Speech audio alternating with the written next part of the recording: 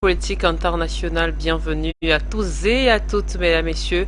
C'est toujours un plaisir pour nous de vous retrouver sur la télévision. Nous serons ensemble jusqu'à 12h30, heure de Malabo, en Guinée équatoriale. Et on reparle ce matin de la livraison des chars allemands en Ukraine. Et si on s'acheminait vers une escalade de ce conflit, eh bien la réponse est tout au long de cette émission avec nos invités, nos experts qui vont une fois de plus nous éclairer davantage sur la suite des enjeux de cette crise entre l'Ukraine et la Russie. Et puis on parlera également de la mobilisation de 500 000 soldats ici. La Russie s'apprêtait à une offensive majeure d'ici la fin du mois de mars.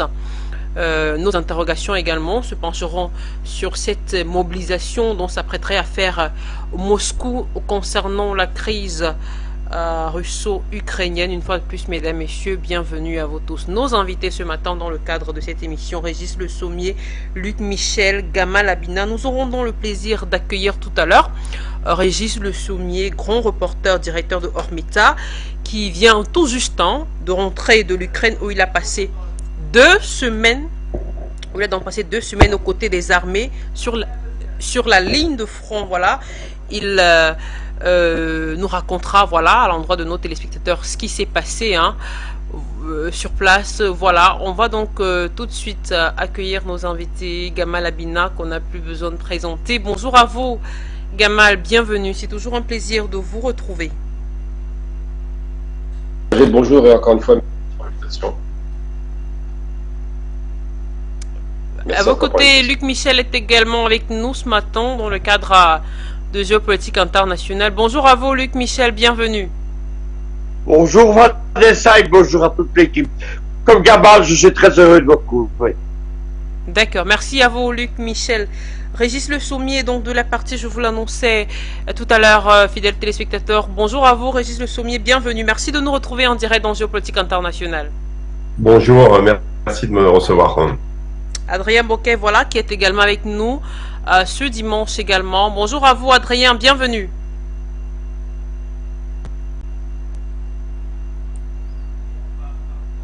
Voilà, Adrien qui n'est pas tout à fait installé, connecté avec nous.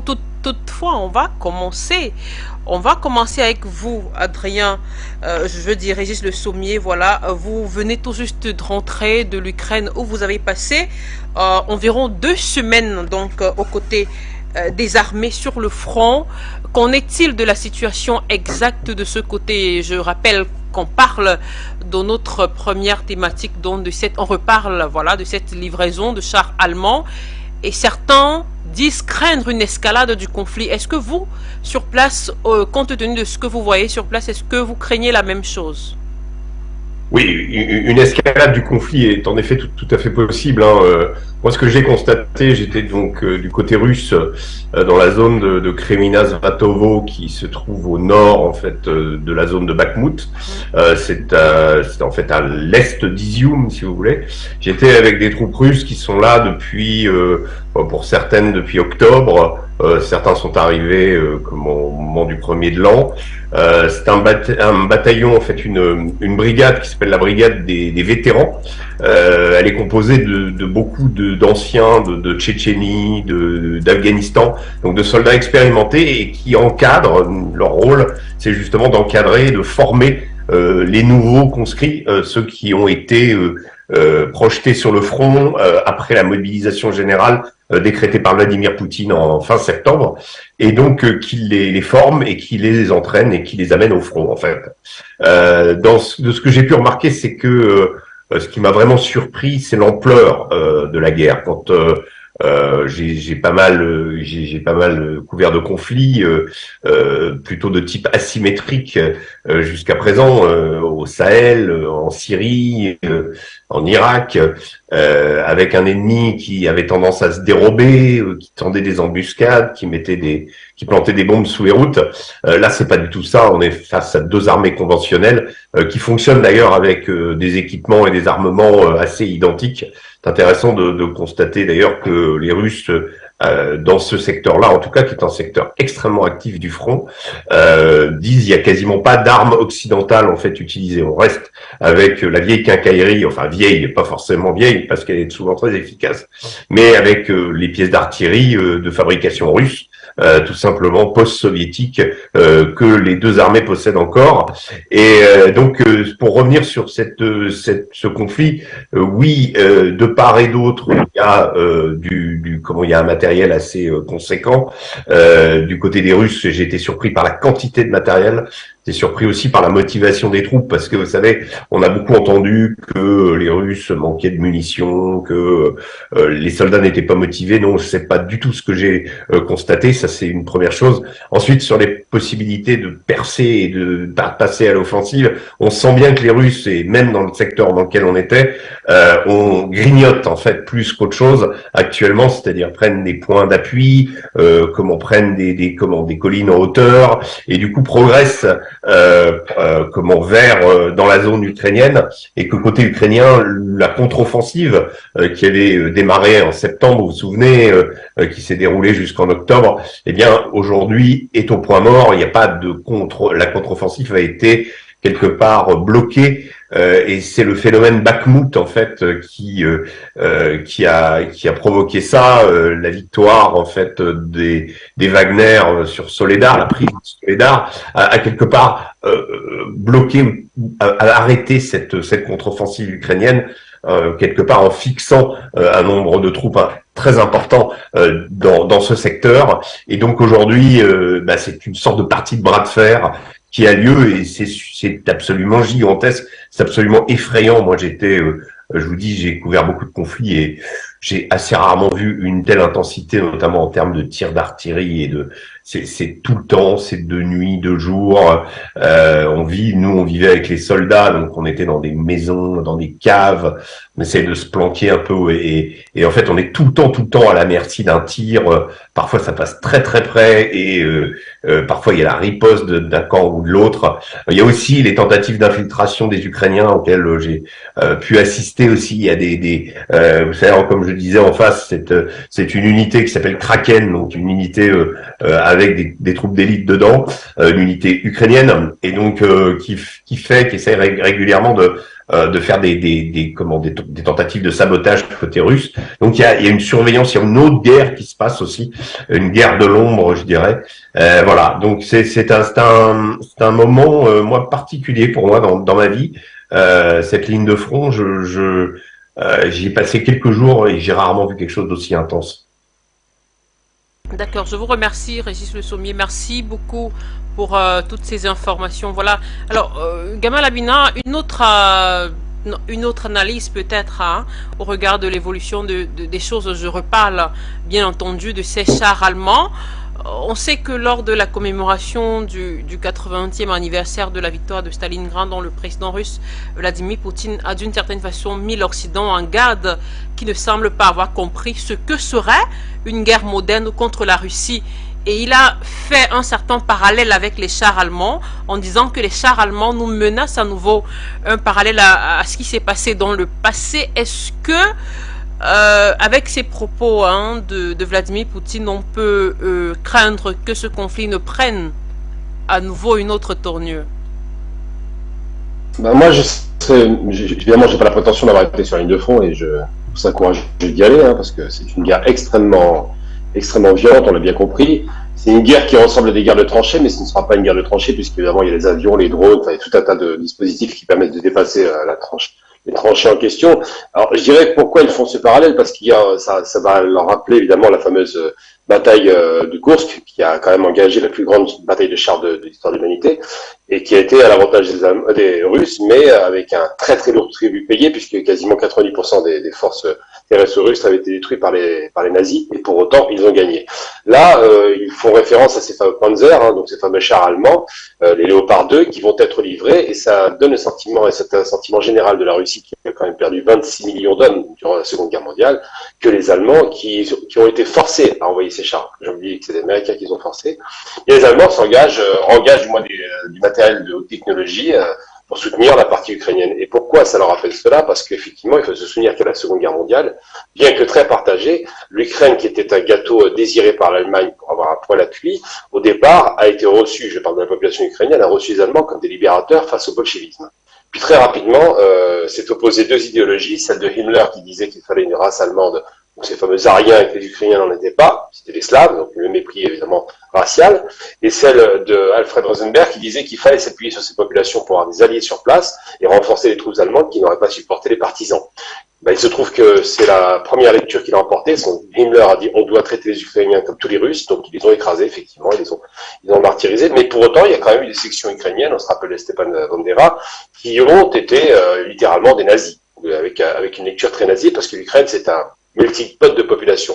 Donc ce que le sentiment général donné aux Russes aujourd'hui, c'est que lorsque l'Allemagne va soutenir l'Ukraine, quelque part, c'est un peu un bis repetita, elle va soutenir peut-être des populations qui sont proches de son idéologie, du point de vue russe évidemment, qui ont été déjà à une époque problématiques et qui ont soutenu pour certaines parties de la population les nazis. Et aujourd'hui, quand on va soutenir à nouveau les Ukrainiens contre les Russes, ben, c'est un peu une sorte de retour de la Seconde Guerre mondiale.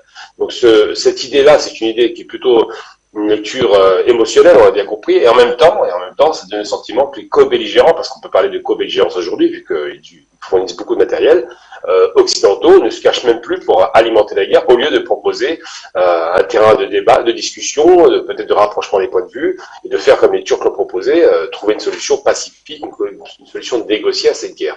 Eh bien oui, le sentiment c'est qu'il y a une accélération de la guerre. Je ne crois pas, et là je serais plutôt un peu plus mesuré, je ne crois pas que les Russes ni même les Occidentaux aient un intérêt à faire en sorte qu'il y ait une escalade avec un engagement des autres forces internationales occidentales dans le conflit, mais c'est vrai que cette co-belligérance commence à être assez évidente. Donc c'est surtout ça qu'on peut craindre, c'est une accélération de la guerre, une augmentation des forces sur le terrain et donc un bain de sang, puisque c'est ce qui malheureusement va arriver en Ukraine, jusqu'à ce que quasiment toutes les forces ukrainiennes soient liquidées, parce que les Russes ne laisseront absolument pas passer cette occasion, et que surtout, il faut le rappeler, l'Ukraine c'est pas un territoire entièrement envahi par les Russes avec une détestation de la population, c'est pas l'Afghanistan. Hein.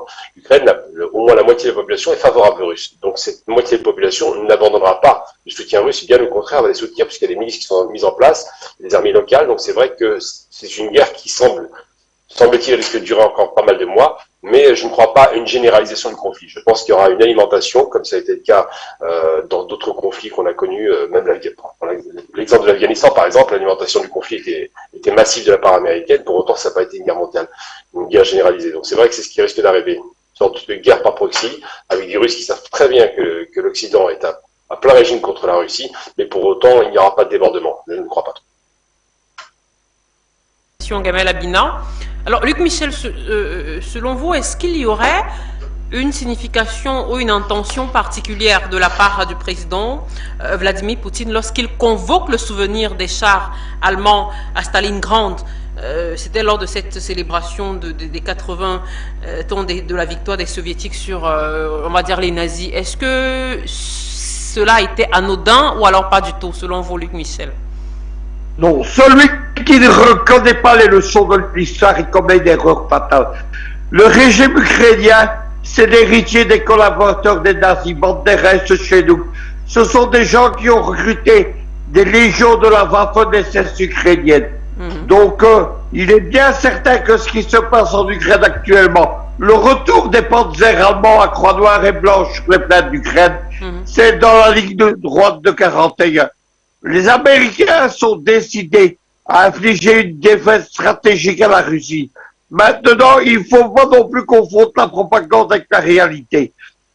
À Koursk, en 1943, qui est la plus grande bataille de chars de la Seconde Guerre mondiale sur le front de l'Est, il y avait 3500 chars soviétiques et il y avait plus de 2000 chars allemands. Aujourd'hui, l'OTAN s'apprête à envoyer 300 Abrams et Léopard en Ukraine. De l'avis de tous les experts russes et américains surtout, ce n'est pas ça qui va changer la guerre. C'est de la propagande. C'est pas 300 chars qui vont décider de l'issue de la guerre. C'est donc simplement du bluff de la part de l'OTAN. Mais éventuellement, évidemment, j'expliquais qu'on ne retient pas les leçons de l'histoire. Ils n'ont pas retenu ce qui s'est passé en août 14. En août 14, la Première Guerre mondiale, Elle débute dans un incident de frontière entre l'armée autrichienne et l'armée serbe. Ça n'aurait jamais dû dépasser cela, mais ça entraîne une guerre mondiale qui a duré 4 ans et qui a dévasté le monde. Voilà ce qu'il faut retenir. La Russie qui est menacée par les États-Unis, c'est une puissance nucléaire et Poutine a précisé que ce soit les nouveaux territoires russes du Donbass ou de la Crimée ou les territoires historiques de la Russie ne les laissera pas menacer. Le conseiller de Zelensky, Podolyak, a menacé Saint-Pétersbourg, Moscou et Ekaterinbourg, etc. il y a quelques jours. Cela ne sera jamais toléré par les Russes. Moi, je fais le pari que dans 5 ans, l'Ukraine n'existera plus en tant qu'État. Je vous remercie, Luc Michel. Alors, je reviens vers vous, Régis Le Sommier. Alors, vous qui étiez sur place sur la ligne de front, on a appris que la Russie va, par exemple, va très probablement lancer des millions de tracts sur les lignes de défense ukrainiennes comme à Mariupol. Est-ce que cela est vrai? Est-ce que vous confirmez? C'est très difficile de savoir ce qui se passe quand on est. Enfin, les lignes de front sont tellement en fait. Si vous voulez, il y a pas quand on est là-bas, c'est une zone plus qu'une ligne. Il y a des tranchées qui parfois sont écartées de 500 mètres l'une de l'autre. Mais comme ce sont des duels d'artillerie, si vous voulez, il y a pas vraiment. Il y a des soldats qui vivent là-dedans, qui sont camouflés dans des sortes de mini-bunkers creusés. En fait, ils utilisent surtout les caves des maisons pour faire leur QG. Il y a une sorte d'habitude. Alors, pour l'histoire des tracts, je n'en sais rien. J'ai pas constaté, personne m'a parlé de ça. En revanche, ce qui est intéressant, c'est que je sais pas si vous vous souvenez du film qui s'appelle, enfin du livre qui était un livre anglais à la base, qui s'appelait Silent Night, qui était en fait, je me souviens plus du titre du film en français, mais qui était sur la nuit de Noël, le Noël 1914, où les Allemands et les Anglais avaient décidé de faire une trêve. Et là, vous vous rendez compte qu'en fait, il y a aucune trêve officielle, mais que il y a quand on passe quelques jours, on se rend compte que par exemple au moment du déjeuner, au moment de midi, ça tire moins. Également le soir, et ça correspond à des périodes où les deux camps, sans se concerter en fait, décident d'arrêter de se tirer dessus. Alors c'est une sorte de pause, je dirais dans l'artillerie, dans les duels d'artillerie, et puis le soir c'est pour le ravitaillement en fait. Et il est d'usage entre les deux camps, sans que les chefs aient décidé ni quoi que ce soit, de faire des pauses. Donc il y a quand même un peu, il reste un soupçon d'humanité dans ce que moi j'ai vécu vraiment. Cette première ligne, on a été bloqué à un moment, on était sous le feu d'un tank ukrainien qui était à 500 mètres. On était séparés, notre caméraman était dans le bunker avec les Russes, et les Russes voyaient ce tank en train de nous tirer dessus. Donc toute l'opération a consisté à venir nous chercher. Ça a duré 3 heures, on a été bloqués. Enfin, ça a été l'enfer. Et quand vous vivez ça comme eux, voilà, vous comprenez que en fait tout ça c'est vraiment un jeu avec la mort permanent, et je vous dis avec ce mélange d'ultra modernité et en même temps d'un archaïsme, d'une barbarie. Il fait très froid, c'est une offensive d'hiver. Alors, j'entendais tout à l'heure des références à la Seconde Guerre mondiale. Ce qui est intéressant, c'est que les Russes, par exemple, on était, alors là, par contre, un peu plus sur l'arrière, à 20 km des lignes, il y a le QG du bataillon, et ce QG, il était sur des tranchées qui ont été construites par les Allemands en 42. Et un des soldats m'expliquait que voilà, ces tranchées, elles étaient plutôt bien construites d'ailleurs. Elles ont servi à l'offensive qu'a fait à l'époque, c'était un des généraux allemands sur Kharkov. Il y a eu, je crois, 5 batailles de chars. Et donc il y a encore, et on réutilise aujourd'hui, et c'est assez normal parce que souvent les positions où étaient les armées avant, elles sont réutilisées. Souvent c'est des positions en hauteur. Donc en fait les armées reprennent des places qui avaient été utilisées il y a 80 ans en fait. Donc il y a cette résonance permanente en effet du conflit de la Seconde Guerre mondiale. C'est quelque chose qui revient.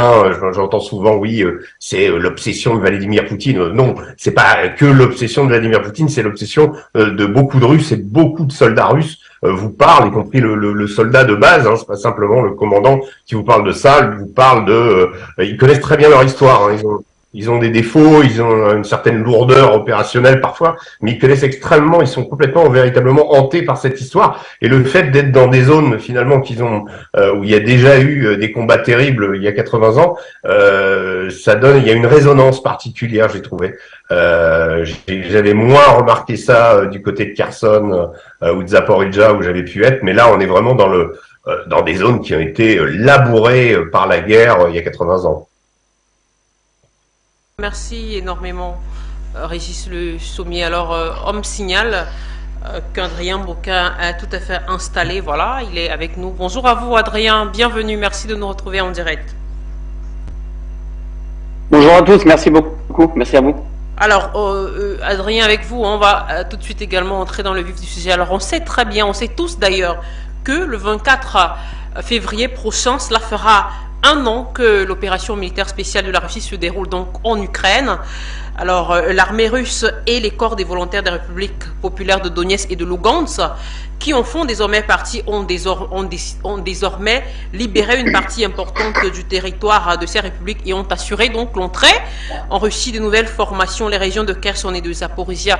Avec l'évolution des choses, on en parlait la dernière fois déjà, et ces chars allemands livrés, quelle est exactement l'évolution de la situation sur place, Adrien? Donc moi, ça va être très simple. Hein. Comme je vous l'avais expliqué la dernière fois, on va reprendre des chiffres officiels.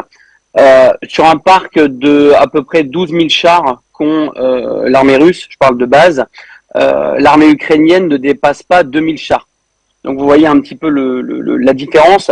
Comme je vous l'expliquais la dernière fois, les pertes ukrainiennes sont plus nombreuses au niveau des chars que les chars qui ne sont remplacés. Donc encore une fois, les chars Léopard sont encore c'est un enfumage, tout simplement, hein, d'équipement qui va revenir. Ce qu'il faut expliquer qu'en fait ces chars qui vont arriver ne seront même pas assez nombreux pour remplacer les chars qui sont détruits au niveau de la ligne de front. Donc encore une fois, certes, ces chars sont beaucoup plus perfectionnés, mais ne pourront jamais, je dis bien jamais, combler la perte immense ici sur la ligne de front. Donc encore une fois, on en fait, si vous voulez, toute une histoire pour pas grand-chose. Non seulement certains, comme l'a dit certains députés, beaucoup de chars vont être brûlés, comme l'a dit un député de la Douma, mais il y a surtout ce manque, et comme je vous l'avais déjà précisé il y a quelques mois, l'armée ukrainienne, ont des pertes énormes en termes de véhicules blindés, et ils n'arrivent pas à combler justement ces véhicules blindés. C'est aussi pour ça que l'armée ukrainienne a demandé de l'artillerie, on va dire, plus lourde, notamment des missiles à longue distance, pour pouvoir aussi taper un petit peu plus loin et éventuellement venir taper du côté russe au niveau des réserves de chars ou des unités blindées qui sont du côté du Lugansk ou de Donetsk côté russe au niveau de la frontière. Là, nous, ce qu'on entend, c'est que, enfin, même là actuellement, il y a des déplacements, pas mal de déplacements d'unités blindées pour justement pallier à ces futures attaques qui pourraient avoir lieu. Justement, c'est sur ces unités blindées pour éviter justement des pertes lourdes. Donc actuellement, là, moi, sur les 3 derniers jours, là, je suis à 22 km de Bakhmout. On a des déplacements donc de chars et d'unités blindées justement qui sont déplacés pour éviter parce que on aurait des informations comme quoi des armes auraient été livrées il y a plusieurs semaines pour justement attaquer certaines unités blindées du côté russe. Donc je pense que ça devrait sortir d'ici quelques jours, parce qu'il faut bien comprendre que il y a un léger décalage entre les informations qui sont on va dire mis au niveau des médias occidentaux et les informations réelles ici. C'est-à-dire là, hein, ces derniers mois, on a souvent vu, si vous voulez, je vais vous donner un exemple très simple, les canons français TRF-1, qui sont des canons qui peuvent tirer entre jusqu'à 30 à 35 km. qui n'avait pas annoncé, on était plutôt sur le mois de septembre, n'avait pas annoncé qu'ils avaient donné justement ces canons-là. Et nous, en fait, on a expertisé des obus qui étaient tirés par des canons de TRF-1 début septembre. Et en fait, on s'est aperçu que la France, et on a su l'information 1 mois et demi après, que la France, en fait, avait rénové donc des canons TRF-1 et avait livré ces canons-là à la mi-août. Et en fait, cette information n'était absolument pas sortie au niveau des médias et on a appris ça au niveau de fin septembre. Donc tout ça pour vous dire qu'il y a toujours et souvent un décalage. Ça peut être de quelques semaines ou voire quelques mois sur certaines livraisons au niveau de l'armement. C'est pour ça qu'ici dans le Donbass, on peut voir et des fois constater certaines armes qui à la base n'ont pas été livrées officiellement et quelques semaines après, on a cette annonce officielle que des canons ou certaines munitions ont été livrés. C'est pour ça que maintenant les Russes essayent d'anticiper tout ça parce que vous l'avez compris. Maintenant, on parle d'armes qui auraient été livrées donc du côté ukrainien, qui auraient donc les capacités de venir détruire certaines unités donc blindées qui sont actuellement dans le Lugansk et dans le Donbass. Donc certaines unités sont en déplacement actuellement pour tout simplement les épargner et éviter justement d'avoir une perte trop lourde. Là, au niveau de Bakhmout, comme je vous l'ai dit il y a quelques jours, ils ont commencé ce qu'on appelle le nettoyage. Je m'explique. C'est certains nettoyages de certaines zones où il y a encore certains snipers, certaines zones avec des mines, etc., etc. En fait, c'est exactement le même procédé qu'il y a eu à Soledar. Donc la prise de la ville, certains nettoyages sur certains districts, et après on aura la prise officielle de Bakhmout qui devrait être dans les jours à venir, peut-être dans les semaines à venir, parce qu'il y a une résistance. Il y a surtout une résistance attendue du côté du régime de Kiev, comme vous l'avez entendu, le régime de Kiev a dit qu'il ferait tout pour tenir et ne pas partir de Bakhmout. Pour cela, il faut que le régime de Kiev puisse avoir les armes et l'armement qui a été promis par l'Europe. Il faut qu'ils les reçoivent et qu'il faut qu'ils arrivent à l'acheminer en bon temps. Moi, personnellement, de ce que je vois sur place, ils n'y arriveront pas.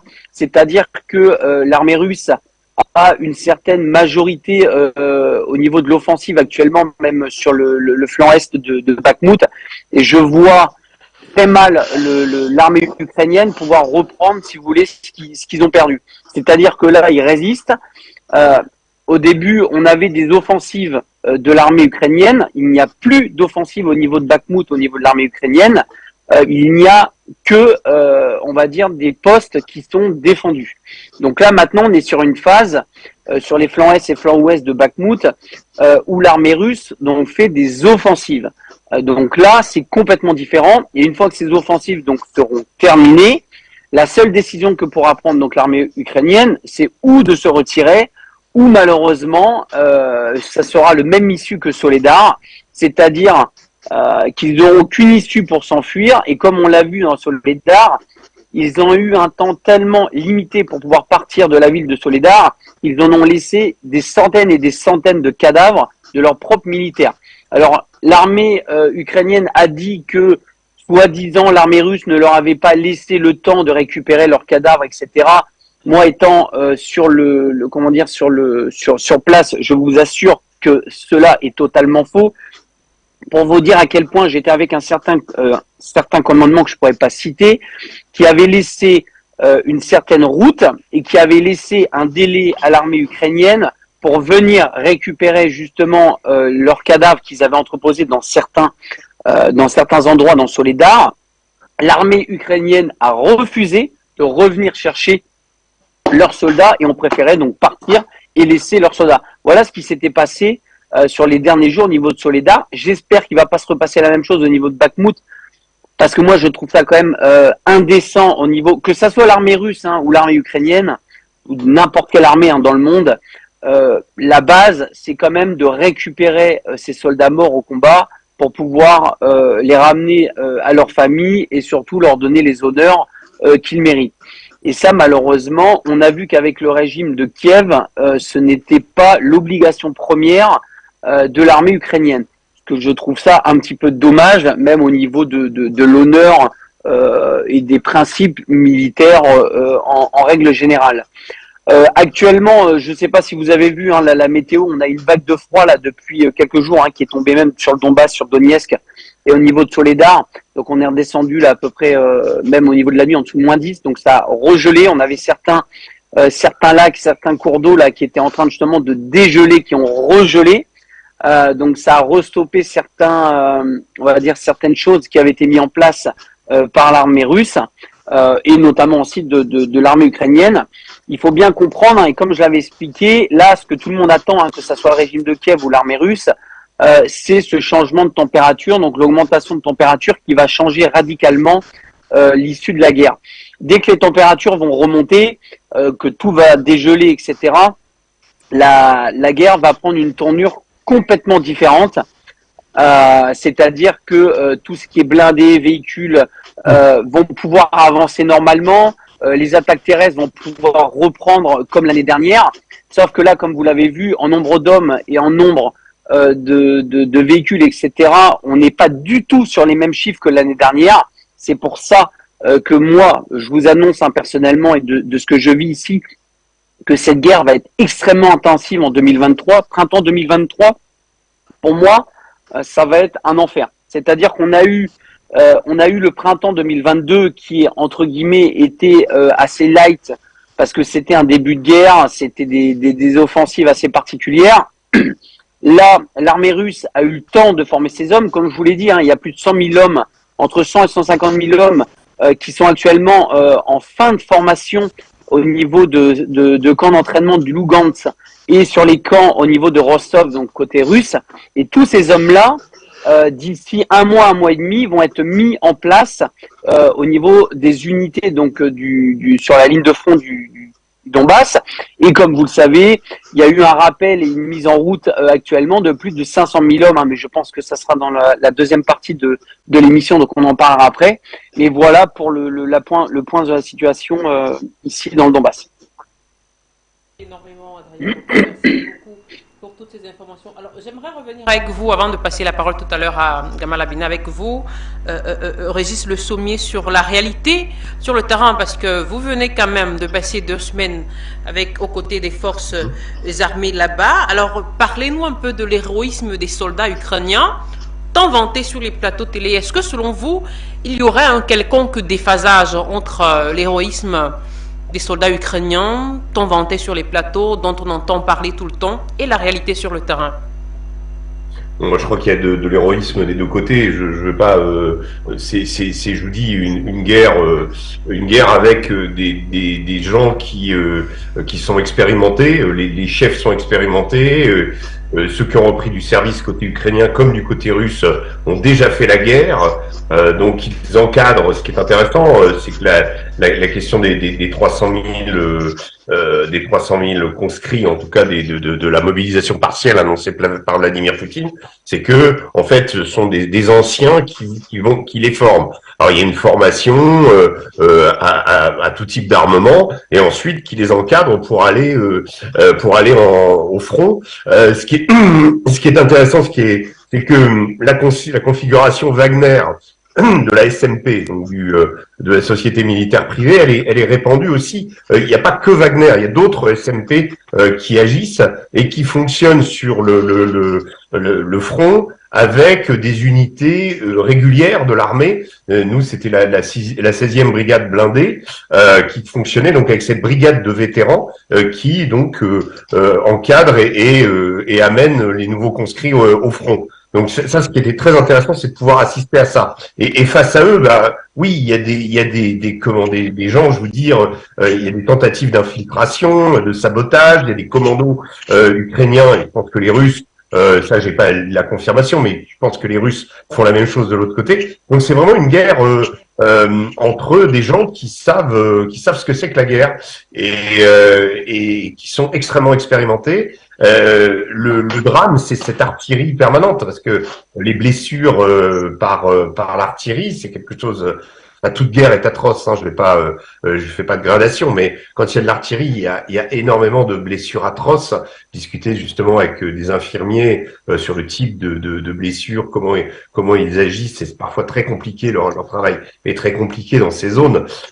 Maintenant, non, je crois que de part et d'autre, il y a il n'y a pas plus d'héroïsme. Chacun, par contre, est très motivé. C'est-à-dire que les Ukrainiens sont motivés par la défense de leur pays, ce qui est tout à fait normal. Et puis les Russes sont motivés par se souvenir l'histoire, voilà, l'histoire aussi de la défense de la patrie. Donc, par contre, oui, on avait entendu sur les plateaux de télé que les Russes ne savaient pas pourquoi ils se battaient. Non, le soldat russe sait très bien pourquoi il se bat. Et ça, voilà, moi, je ne rentre jamais. Je refuse quand je constate sur place de rentrer dans un espèce de démonisation de l'adversaire. Il y a une guerre, elle est terrible. Les motivations de cette guerre, on peut en discuter, mais au niveau des combattants, bah voilà, ce sont des hommes très courageux qui malheureusement meurent par centaines tous les jours. Alors, Gamal Abina, on a écouté tout à l'heure Adrien Broquet dire que de toutes les façons, il y a de fortes chances de penser que la guerre en 2023, en cette année 2023, va peut-être prendre une autre tournure. Alors, si c'est bien le cas, est-ce que vous partagez aussi l'idée selon laquelle, ou du moins l'analyse de ceux qui pensent qu'est bien la guerre en Ukraine n'est aucunement une guerre mondiale, mais tout simplement, mais juste une guerre occidentale, quelle qu'en soit la tournure qu'elle prendra dans les mois à venir? Je dirais pas que c'est qu'une guerre occidentale, parce que quand on fait la guerre, on est à deux. Ensuite, j'utilise pas les termes que je n'aime pas du tout entendre ça, opération spéciale. La guerre, c'est la guerre. Quand on envoie des avions, des chars, des hommes au combat, ça s'appelle une guerre. Opération spéciale, c'est pour redonner le sentiment que c'est une sorte d'opération militaire. Ça rappelle un peu la France en Algérie, les événements d'Algérie, on envoyait des forces sur place pour sécuriser en disant que c'était pour amener la paix civile, mais une guerre est une guerre. Il faut donner le nom, ça s'arrête de se cacher dans son petit doigt. Ouais. Donc au départ, la guerre a commencé avec très peu de soldats. Il y avait à peu près 200 000 soldats russes qui étaient engagés, avec l'espoir d'un coup d'État à Kiev. Ça n'est pas arrivé. Les positions sont figées. Alors il y a une partie évidemment rouge, je l'ai rappelé, puisque pendant 8 ans quand même la guerre avait déjà commencé. On a tendance à parler de guerre qui commence l'année dernière, ça a commencé il y a 8 ans, en 2014, après le coup d'État de Maïdan. Et donc ça fait très longtemps que les Occidentaux poussent les Ukrainiens à se radicaliser. Il y avait la politique russe, l'anti-russe. Ça fait très longtemps qu'ils tirent leurs cartes. On se souvient de cette fameuse blonde corrompue qui passait son temps à jouer un petit peu les saintes nitouches de la liberté et de la démocratie parce qu'elle voulait absolument une alliance avec l'Occident. Quand de l'autre côté, il y avait les Yanukovych, tous les opposants étaient toujours en front, quasiment, c'était extrêmement frontal, j'ai envie de dire. Alors, qu'est-ce qui se passe? Il faut jamais oublier une chose importante, c'est une guerre, effectivement, qui est alimentée de l'extérieur, parce qu'une guerre civile, ça ne se fait pas tout seul. C'est comme les guerres d'Espagne, c'est tout un tas de factions qui étaient externes et qui alimentaient la guerre. D'ailleurs, on oubliait que la guerre d'Espagne, c'est intéressant de le dire, ceux qui étaient là pour soi-disant garantir la paix, c'était les Occidentaux évidemment, les Anglais, les Français, les Américains, mais il y avait aussi les nazis et aussi les Italiens. Tout le monde était là. Tout le monde était sur les frontières espagnoles et sur la côte pour empêcher l'alimentation de la guerre, mais tout le monde alimentait la guerre parce qu'une guerre civile est alimentée, comme je le dis, de l'extérieur. Donc, est-ce qu'on peut dire que c'est une guerre occidentale? Oui, c'est une guerre alimentée à nouveau par l'Occident, qui est voulue, qui est encouragée parce que ils sont en train de se débarrasser, c'est ça qui est grave, du vieux matériel militaire un petit peu inutile qui n'a pas été utilisé pendant 30 ans. Donc là, on déverse toute sa ferraille sur l'Ukraine. On ne donne pas la technologie, on donne très peu de chars. C'est bien Luc qui a rappelé, il a envoyé 300 chars. Quand les Russes ont été attaqués par l'opération Barbarossa, par les nazis, c'était plus de 3000 chars, pas 300 chars. Donc la différence, elle est évidente. On n'est pas dans la même période, on n'a pas les mêmes moyens, c'est pas la même technologie, c'est pas la même propagande. Mais il n'en demeure pas moins que le résultat sur le terrain, c'est des hommes qui s'affrontent. Et c'est vrai de rappeler que le courage, Monsieur Semi a raison de le rappeler, quand on fait la guerre, il faut être courageux. Il n'y a pas de négociation là-dessus. Je veux dire, il faut être courageux et y croire. Et donc c'est un bain de sang inutile qui est alimenté de l'extérieur. C'est un bain de sang qui est voulu par les États-Unis, qui a fragilisé largement l'Europe par rapport à l'économie. C'est une intention américaine qui est calculée. C'est toujours eux qui tirent les barreaux du feu d'ailleurs. À chaque guerre, la première et la seconde guerre mondiale, c'était les seuls grands gagnants. Tout le monde a été perdant. Et là, aujourd'hui, effectivement, on se retrouve encore dans la même situation. Sauf que il y a une erreur de stratégie de calcul qui a été faite par les États-Unis, c'est qu'ils ont cru que la Russie soviétique des années 80, qui était sur la fin de vie, qui était en perte de vitesse, qui avait perdu la guerre froide sur le plan militaire, puisque l'opération d'intoxication de Reagan de la guerre des étoiles a fonctionné, ça a épuisé l'économie russe. Eh bien, cette guerre afghane était une guerre sur un théâtre d'opération où ils étaient détestés par les Afghans. Donc c'est beaucoup plus simple de vaincre des Russes qui étaient en fin de vie, avec une économie moribonde, avec une population qui était fatiguée de cette guerre, par rapport à une guerre aujourd'hui où les Russes ont un soutien local, c'est pas rien le soutien local du Donbass, où surtout ils ont une économie florissante, contrairement à la tentative d'asphyxie de l'économie russe, ça a été le contraire, ça les a boostés, et il faut se rappeler une chose, c'est important, où effectivement, la Russie aujourd'hui n'est pas le système soviétique archaïque avec une économie planifiée et avec une capacité à pouvoir produire massivement des armes. Aujourd'hui, les Russes produisent des armes autant qu'ils veulent. Ils en vendent d'ailleurs, faut pas l'oublier. Aujourd'hui, les Russes sont très aguerris. C'est bien de rappeler quand même que la guerre froide, c'était la chute de l'Union soviétique, ça a été la défaite afghane, c'est vrai. Sauf qu'après la guerre froide, en 94, 98, 2003, les Russes n'ont pas cessé de faire des guerres pour garantir leurs frontières. Je parle des guerres d'Afghanistan, évidemment. Les guerres, excuse-moi, de l'Ingouchie pour partie, surtout la Tchétchénie, évidemment. Ensuite, il y a eu les expérimentations syriennes, on s'en souvient. Donc les Russes ont l'habitude aujourd'hui de projeter leurs armes à l'extérieur et de garantir une guerre. Et là, c'est pire, ils jouent à domicile. Faut jamais oublier que la logistique russe, elle est complètement évidente et facile. Il suffit ils tiennent le ciel, donc ils sont pas bombardés. Il suffit d'alimenter en char du matin au soir le front. Ils sont capables d'alimenter du matin au soir, j'allais dire, l'alimentation en matière de missiles, d'armement, de munitions. Les Russes n'ont aucun problème pour alimenter cette guerre, et les Russes ont en face d'eux des gens qui font croire qu'ils soutiennent l'Ukraine. Du bout des lèvres en réalité, en envoyant très peu d'armement, en négociant pour savoir s'il faut les envoyer ou pas. Enfin, on en est là aujourd'hui. On est du côté front occidental à un soutien qui paraît un petit peu quand même un peu léger à mon sens, avec des excuses grossières type technologie impossible à maîtriser par les Ukrainiens ou simplement pas assez de chars, ce qui est quand même assez pathétique.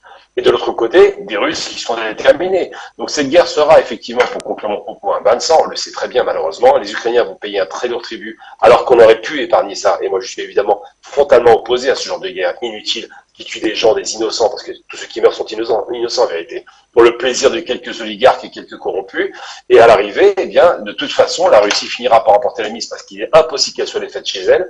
Et de l'autre côté, l'Occident va démontrer une trahison de l'Ukraine qui est évidente aujourd'hui, puisqu'ils n'ont même pas été capables de faire des sanctions totales contre la Russie, et surtout une trahison de l'Ukraine en matière d'équipement. C'est-à-dire qu'aujourd'hui, on constate que M. Zelensky est en position de mendiant. Il mendie des avions de combat, il mendie des chars de combat, il se contente juste du minimum des miettes qu'on lui envoie, comme les Français avec des AMX, c'est vous dire un peu le niveau. Donc oui, cette guerre va être très difficile, va être très violente, ils sont déterminés de chaque côté, on l'a compris, mais ceux qui remporteront la mise, malheureusement pour l'Ukraine, ce seront les Russes, et ils vont conserver leur position.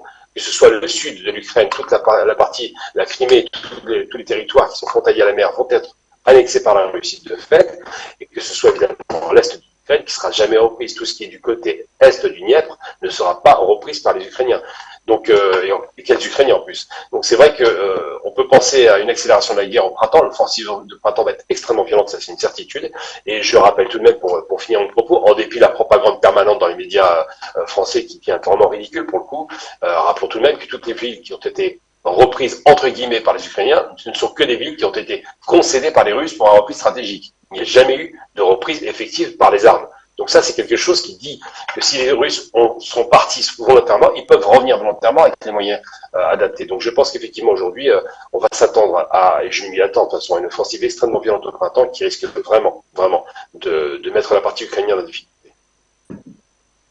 Merci beaucoup pour toutes ces explications. Alors, Luc Michel, est-ce que, au regard de la situation concernant ce conflit depuis le début, est-ce qu'au regard de tous les événements justement survenus depuis le début de ce conflit jusqu'au 24 février prochain, est-ce qu'on peut affirmer, selon vous, est-ce qu'on peut affirmer sans risque de se tromper, finalement, que ce conflit en Ukraine ressemble beaucoup, alors où est comme l'héritage de la victoire de l'URSS face à Hitler?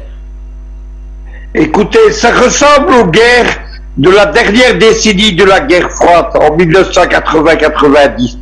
Il y avait des guerres par procuration locale, au Mozambique, en Angola, au Cap-Vert, en Afghanistan. C'est la même chose qui se passe. Ici, ce n'est pas une guerre de l'OTAN contre la Russie, même si l'OTAN fournit les Ukrainiens. C'est une guerre locale par procuration des Ukrainiens contre les Russes.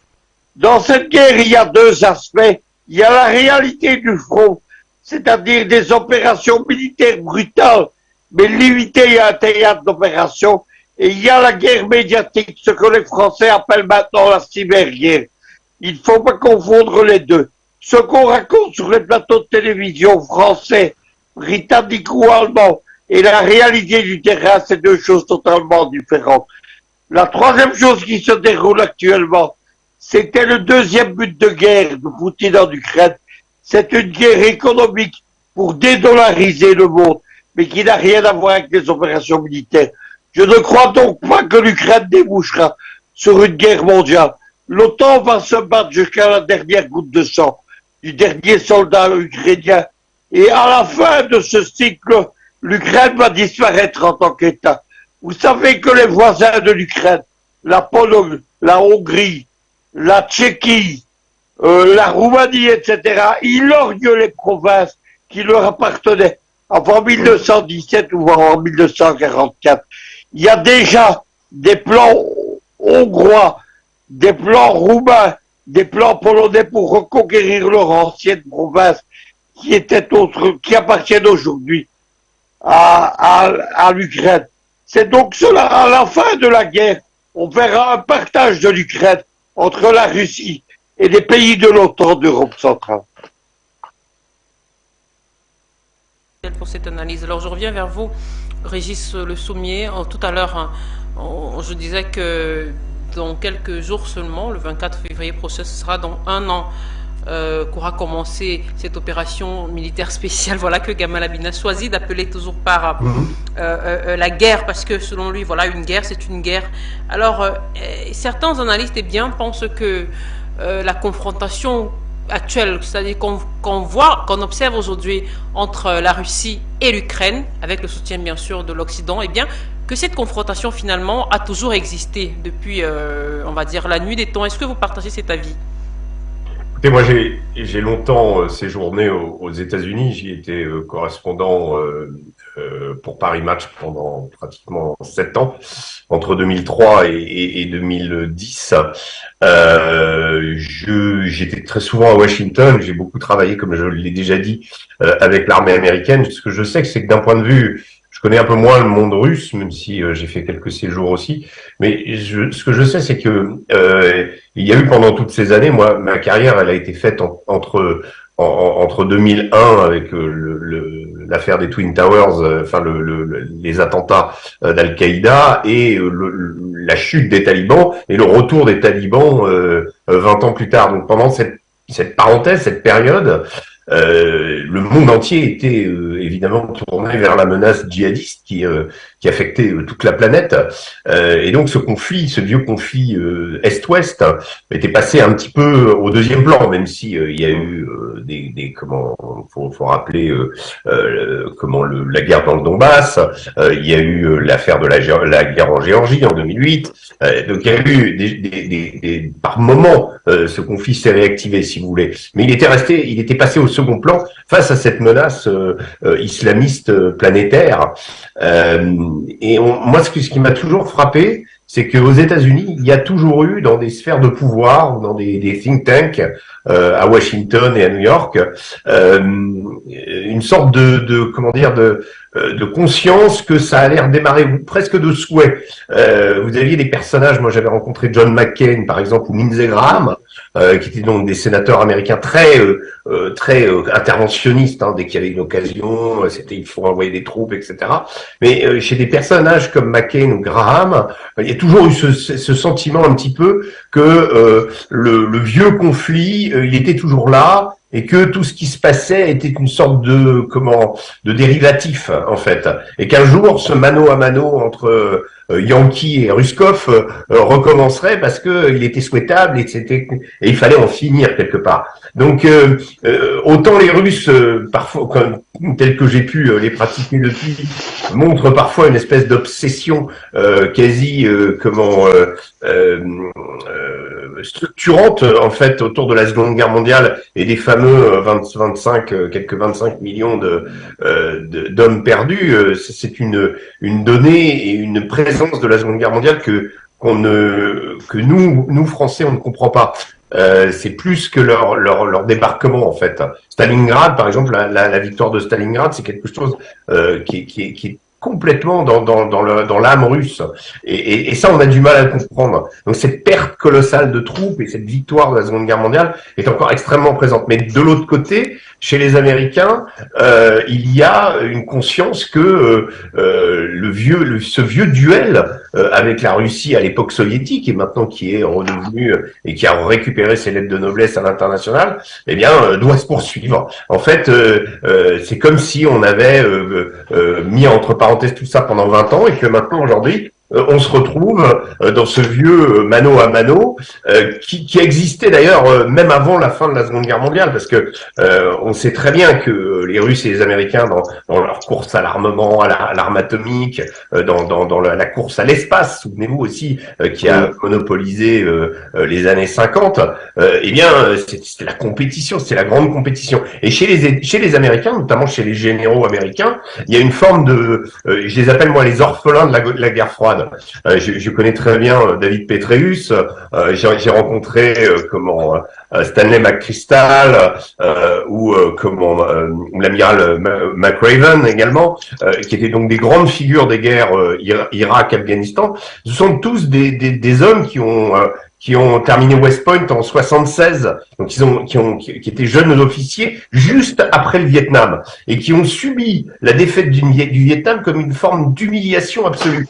Et d'humiliation où l'Amérique était humiliée. Oui, c'est une guerre qui a toujours traumatisé les Américains. Et cette guerre, eh bien, il l'attribue à qui? Il l'attribue pas nécessairement directement aux Russes, mais aux Russes et aux Chinois. Donc ce vieux conflit, il existe toujours. Et dans la culture politique de ces hommes-là, eh bien, il est enraciné. Et ce qui s'est passé avec les djihadistes, c'était une sorte de perte de temps un peu pour eux. Donc je pense que aujourd'hui, oui, il y a une forme de retour à ça. Il y a des gens qui ont des attitudes extrêmement, qui ont l'impression d'être revenus aux fondamentaux, quoi, en fait.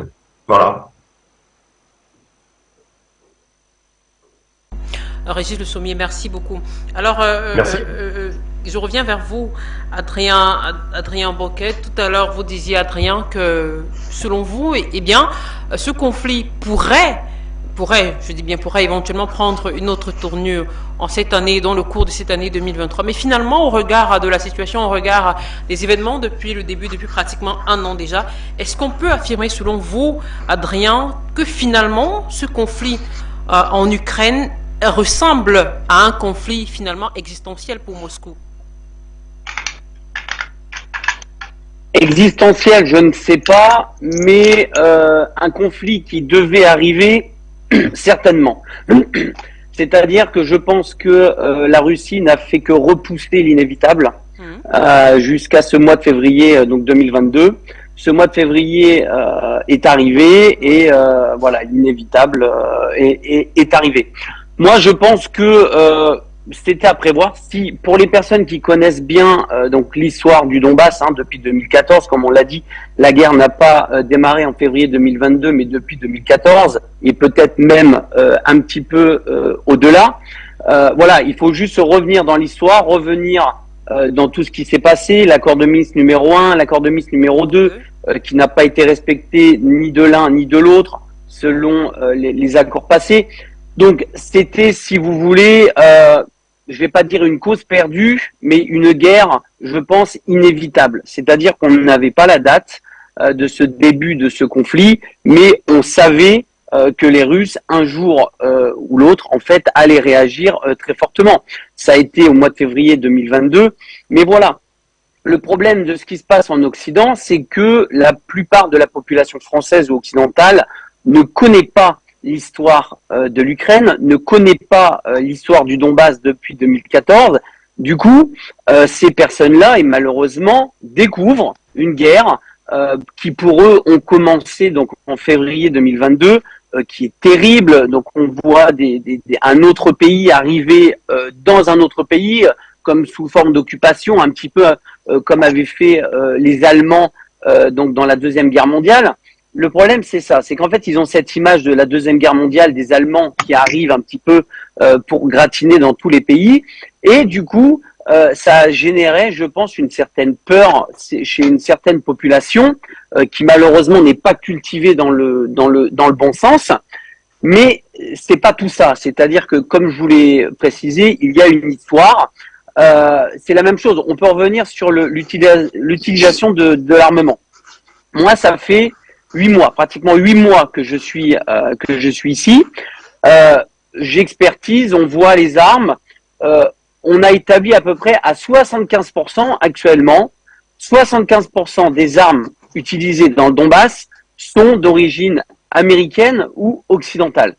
Donc déjà, et on pouvait voir aussi que depuis 2014, donc de 2014 à 2022, il y avait aussi des armes, alors pas qui étaient données, mais qui avaient été vendues à l'armée ukrainienne, et certains armements, donc du coup, étaient même utilisés avant février 2022 par l'armée ukrainienne. Donc nous avions déjà ici dans le Donbass de l'utilisation des armes occidentales en très petite quantité ou sur des armes très particulières. Mais effectivement, depuis le mois de février et principalement depuis le mois de juillet 2022, on a passé la barre des 60-65% d'utilisation des armes. Et justement, en revenant à ces armes-là, je voudrais justement poser une question à Régis Le Sommier, que justement, ce que vous avez parlé dans les médias français actuellement. Voilà, une question qui m'a un petit peu surpris. Vous avez dit que quand vous êtes venu pendant les 10 jours, vous me dites si je me trompe, vous avez dit à certains médias français que vous n'aviez pas vu d'armement occidental. Vous allez m'expliquer, mais je trouve ça très étonnant. Je vous explique pourquoi. Moi, je suis ici depuis 8 mois. À 75%, les armes que je vois ici sont d'origine occidentale ou américaine. Donc, je me pose la question, comment, en 10 jours, vous n'avez pas pu voir une seule arme occidentale? Alors, peut-être que j'ai mal compris, que vous parliez peut-être d'un endroit particulier, mais est-ce que c'est vrai, pour vous, pendant 10 jours, vous n'avez vu aucune arme occidentale? Pendant 10 jours, je n'ai vu aucune arme occidentale. C'est pas moi qui le dis, c'est un sergent notamment avec qui j'ai passé pas mal de temps, donc 3 heures sur la ligne de front, et j'ai eu le temps de l'interroger sur justement la question des morts que vous avez évoqué tout à l'heure, sur le fait qu'il n'y a pas de trêve pour récupérer les morts, que ils sont habitués à aller les chercher pendant la nuit.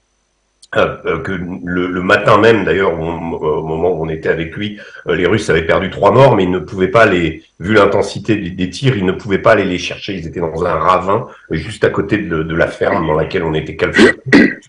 Et donc, il n'y avait pas de possibilité, ils pouvaient pas aller chercher leurs soldats. Et ils m'expliquaient qu'ils faisaient ça pendant la nuit, qu'ils les mettaient sur leur dos et qu'ils les ramenaient, etc. Et que les Ukrainiens, c'est aussi la même chose, puisqu'il n'y avait pas d'accord, en fait. Et je trouvais ça surprenant parce que j'ai même vu, moi, en Syrie, des sortes de cessez-le-feu tacite entre les mecs d'Assad et en face les djihadistes, notamment dans la zone de la Routa à l'est de Damas, où il y a une sorte de trêve qui était fait pour récupérer les corps des combattants. Là, ça n'est pas le cas. Il faut qu'ils prennent le risque pour aller le faire. Et puis pour la question des armes, justement, puisque c'est votre question, non, ce qu'il m'a expliqué, et je lui ai demandé, mais est-ce que vous avez des missiles HIMARS? Alors je ne dis pas que j'ai vu des armes occidentales en Ukraine et dans la région de Kherson, beaucoup d'ailleurs. Le pont j'ai pu constater quand j'y étais, c'était en septembre, le pont Antonovski détruit par les HIMARS. Un certain nombre de véhicules aussi avaient été détruits par un autre type d'armement, notamment des véhicules des batteries anti-aériennes russes qui avaient été détectées par ces missiles, et ces missiles peuvent détecter les batteries anti-aériennes même quand elles sont éteintes. Donc il y a des armes extrêmement performantes, et j'ai pu constater aussi à quel point ces armes occidentales avaient rétabli un correctif sur le champ de bataille. Là, dans le Donbass, non. Ce que j'ai vu, ce sont essentiellement des échanges d'artillerie avec le même type d'obus. Et ce que m'a dit ce sergent, il m'a dit ici on n'a pas d'HIMARS. Enfin, il n'y a pas d'HIMARS. Everything Russian, il m'a dit en anglais d'ailleurs. Il m'a dit everything weapon, everything Russian. Donc voilà, donc c'est un constat que je fais. Hein. Moi, je suis journaliste, je pose des questions, je n'ai vu aucune arme occidentale. C'était essentiellement des duels d'artillerie. Alors peut-être que il existe des missiles, mais quand il s'agit de tenir des lignes de front comme ça, où il y a des objectifs en fait qui sont ces armes russes, les RPG, enfin tout ce qui est tout ce qui est armes anti-tank, Alors, voilà, suffit. Régis, C'est pas besoin de l'arme occidentale. Et les Ukrainiens visiblement en ont encore, parce que je peux vous dire, j'ai vu deux trois BMP russes qui ont pris des mortiers de 120 et voilà, donc les Ukrainiens arrivent très bien à faire la même chose. En fait, chacun fait la même chose, c'est ça qui est terrible. C'est qu'on est dans un étau où les uns et les autres ne cèdent pas, ils grignotent parfois des portions de territoire. Là, les Russes, le matin où on y était, avaient récupéré un bout de tranchée. On le voit très bien. Cette semaine, nous sortons le documentaire, donc on a traduit les conversations des Russes au moment où ils progressent et le matin où on y était, ils avaient délogé à un endroit et ils demandaient à leurs hommes d'essayer de construire des tranchées pour consolider la position prise, et ce n'était pas possible parce qu'il y avait un drone ukrainien au-dessus. Donc voilà, il y a tout un tas de paramètres, mais chacun maîtrise très bien son secteur. Mais en termes d'armes étrangères, ce que je peux vous répondre, c'est que je n'en ai vu aucune. Voilà. D'accord, merci beaucoup à vous, le sommier. Alors, on va profiter de votre question, Adrien Boca, et de l'analyse ou mieux la réponse, voilà, de Régis Le Sommier pour poser une dernière question, cette fois-ci à Gamal Abina, pour nous permettre de passer à notre seconde et dernière thématique de cette édition de Géopolitique Internationale, parce que bientôt, voilà, le temps nous tiendra à la gorge. Alors, pour passer justement à notre seconde thématique, Gamal Abina, avec vous, j'aimerais qu'on évoque le récent discours du président Vladimir Poutine, parce qu'on parle bien en sujet de ces chars allemands en l'Ukraine. Et donc, le 2 février dernier, donc Vladimir Poutine s'est rendu à Volgograd, donc anciennement Stalingrad, on le sait, pour participer, donc, je le disais, on le disait à l'entame de l'émission, en commémoration du 80e anniversaire de la victoire russe dans cette bataille éponyme de la Seconde Guerre mondiale. Gamal Abina, qu'est-ce que vous avez pensé, vous, au regard du conflit actuel, du contexte actuel, j'allais dire, de ce discours, ce ton de Vladimir Poutine? Simplement, c'est qu'il faut situer rapidement pour que les gens comprennent de quoi on parle. La bataille de Stalingrad, qui est le tournant de la guerre, littéralement, qui oppose les armées russes à von Paulus, qui est donc un très grand général allemand. Cette bataille était une bataille qui était obsessionnelle pour Hitler. Il voulait prendre la ville de Stalingrad. Pourquoi? Pour une question de symbole. C'est-à-dire que sur un plan stratégique, c'était une erreur considérable. Il aurait mieux valu qu'il concentre ses forces et qu'il ne divise pas ses armées en 3 armées différentes, mais qu'il concentre ses forces sur le sud pour récupérer le pétrole à Kursk. Il a préféré concentrer ses forces sur Stalingrad pour les questions purement idéologiques. Et donc cette bataille a donné lieu à un théâtre d'opération extrêmement violent, une ville détruite à plus de 95%, des centaines de milliers de morts, et une logistique russe qui s'est mise en place avec le passage d'un fleuve qui était gelé. Ils ont créé quasi carrément un chemin de fer pour alimenter, sur le plan logistique, les forces russes qui étaient sur place, donc les partisans, les fameux combattants partisans qu'on ne pouvait pas détecter, mais surtout pour en finir avec une armée qui avait quand même près de 300 000 hommes. Au terme de la bataille, 100 000 Allemands sont faits prisonniers. Stalingrad est perdu parce que la logistique allemande ne suivait pas, parce que les forces de Göring, qui était le chef de l'armée allemande, étaient incapables d'alimenter en matériel, surtout en munitions et en nourriture simplement, les forces sur place. Donc ils ont épuisé littéralement les Russes, sur un coût très élevé, ça leur a coûté très cher en hommes, ils ont épuisé la principale force d'attaque nazie sur le territoire russe. Et cette victoire est obtenue le 2 février 1943. Donc lorsque Poutine fait référence à ça, il fait référence à quelque chose qui avait déjà eu à l'époque, à cette fameuse grande guerre patriotique voulue par Staline, parce que Staline ne parlait plus des soviétiques. Il est revenu sur le caractère russe de la guerre. Il a eu un discours nationaliste pour galvaniser ses troupes, parce qu'il s'est rendu compte que lorsque les Allemands rentrent en Russie, ils ont des percées considérables et massacrent des milliers de personnes. Donc à partir de là, c'est la panique généralisée. Puis après, il a reboosté ses forces en disant aux Russes, en développant un discours non plus soviétique, mais effectivement nationaliste russe, en parlant de grande guerre patriotique. Donc on parle de la patrie russe qu'il faut défendre au prix du sang, comme ça a été la même guerre patriotique face à Napoléon. Napoléon, c'était beaucoup moins d'hommes, c'était 600 000 hommes. Quand les Allemands vont en Russie, c'est 3,5 millions d'hommes.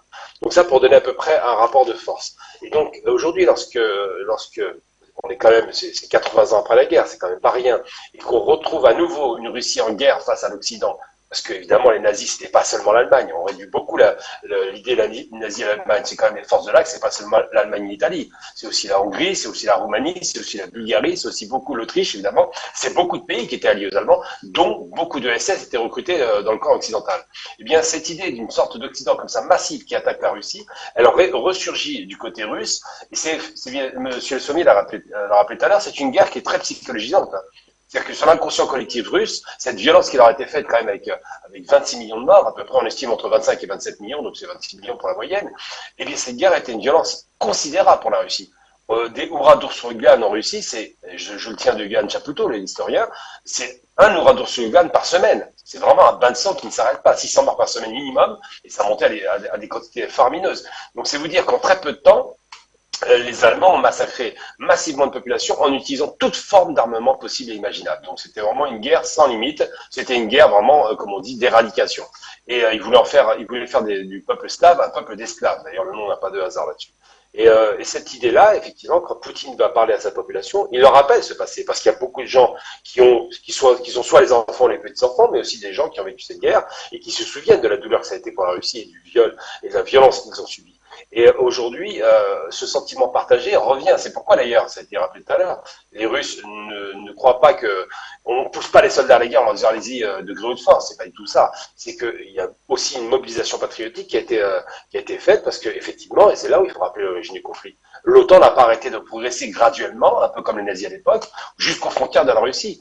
Et en dépit du pacte germano-soviétique signé le 23 août 39, ça n'a pas empêché les Allemands de lancer Barbarossa, d'attaquer les Russes. C'est-à-dire qu'on ne peut pas leur faire confiance. La signature de l'Occident en règle générale, un document signé par l'Occident, on l'a vu avec les Iraniens par rapport aux Américains, et ben on peut se méfier de cela. C'est-à-dire que même la signature d'un papier n'est pas suffisante. La parole donnée ne tient pas. Et les Russes le savent. C'est des gens qui sont d'Orient, ce sont des gens qui ont une parole, qui donnent une parole, qui en règle générale tiennent leur parole, et lorsque cette parole est trahie, à ce moment-là, ça régit très mal. Donc cette mobilisation de l'histoire n'est pas un hasard. Le but, c'est de réveiller la population à l'inconscient collectif russe pour les mobiliser à nouveau face à, effectivement, ce qui est perçu comme une agression de l'Occident et une sorte de ne se répète pas comme il y a 80 ans. Beaucoup pour toutes ces explications. On va à présent passer à notre seconde et dernière thématique de cette édition de Géopolitique internationale et j'aimerais commencer avec vous, Luc Michel. Alors, Luc Michel, on parle donc à présent de la mobilisation dont on parle depuis quelques jours maintenant déjà, de 500 000 soldats supplémentaires. Justement, la Russie s'apprêterait à faire cette mobilisation. Est-ce que cela voudrait dire qu'il y aurait peut-être un tournant décisif dans ce mois de mars ou le mois de mars prochain?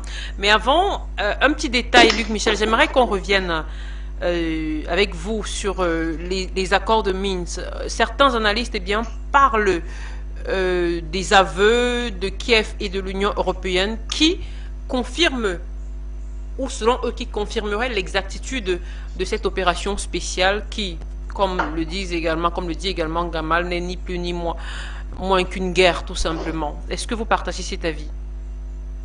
Oui, Vanessa, mais j'aurais voulu dire un mot de conclusion sur le sujet précédent, parce qu'on n'a pas du tout parlé de géopolitique. On a parlé de péripéties sur le front, mais pas de l'affrontement géopolitique fondamental. Maintenant, en ce qui concerne les accords de Minsk, c'est une proposition de la Russie pour trouver une solution pacifique à ce qui était en 2014-2015 la guerre du Donbass. Ça a été une erreur stratégique de Poutine. Je me suis opposé à l'époque aux accords de Minsk, puisqu'on s'apprêtait à proclamer des référendums d'indépendance à Odessa, à Kharkov, à Kherson, etc. Et tout a été arrêté pour mettre les accords de Minsk. Les accords de Minsk, qui étaient soi-disant garantis par Paris, Londres et Berlin, en fait, n'ont servi qu'à réarmer l'Ukraine et à préparer la guerre suivante. La Russie s'est fait rouler à Minsk, elle ne sera plus prête à le faire. Maintenant, ce qu'il faut retenir du point précédent, c'est qu'en géopolitique, il y a un affrontement fondamental. C'est celui des puissances maritimes contre les puissances continentales. Puissances maritimes, aujourd'hui les États-Unis, puissance continentale aujourd'hui, la Russie. Il faut pas bien que la géopolitique, ce n'est pas, comme on le croit souvent, une science allemande. C'est une science qui a été définie au début du 19e siècle par des amiraux britanniques et américains. Et ils ont leur but pour dominer le monde, c'est d'empêcher la puissance continentale d'unifier le monde. C'est-à-dire qu'ils mènent une politique depuis le 19e siècle contre l'Allemagne et la Russie. Tout est résumé par une phrase de Zbigniew Brzezinski dans le Grand Échiquier en 1991. Avec le contrôle de l'Ukraine, la Russie est un empire. Ayant perdu le contrôle de l'Ukraine, la Russie cesse d'être un empire. C'est cela qui motive aujourd'hui les Américains. Les géopoliticiens américains, il faut les lire. Ils veulent éliminer la Russie avant la Troisième Guerre mondiale. Je dis bien pas pendant la Troisième Guerre mondiale, qui prévoit en 2050-2070, mais maintenant, entre 2020 et 2040, évidemment ici, c'est ce qui se passe en Ukraine. Ce mot de conclusion, Luc Michel, concernant donc notre première thématique. Et on va donc passer à présent à notre seconde et dernière thématique. Je commence sur ce point avec vous, Adrien Boquet.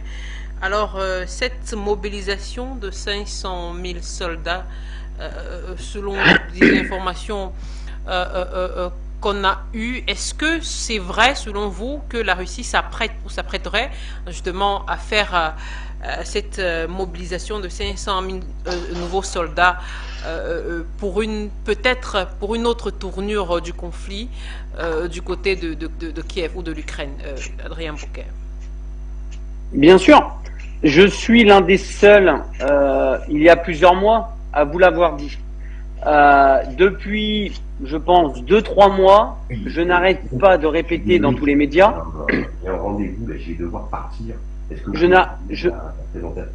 je sais pas si vous pouvez couper le micro, parce que du coup on a plusieurs micros en même temps. Ouais, allez-y Adrien, allez-y. Pardon. Du coup, ça fait plusieurs mois que je le dis justement, que la guerre qui arrive au printemps va être absolument terrible.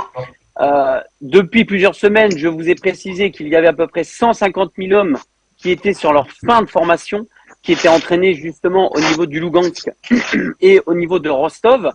Ces hommes-là vont être mis là dans les semaines, dans les jours à venir au niveau de la ligne de front.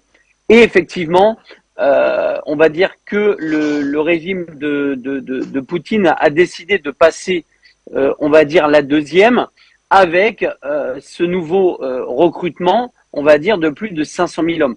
Ce qui est un nombre considérable. Hein. C'est-à-dire que moi-même, je savais que cela allait arriver, mais je ne pensais pas que un demi-million d'hommes pouvaient être réquisitionnés. Sachant que je tiens à vous préciser que l'armée russe est capable de, entre guillemets, réquisitionner jusqu'à 1 million de réservistes. Ce sont les chiffres donc de l'armée russe.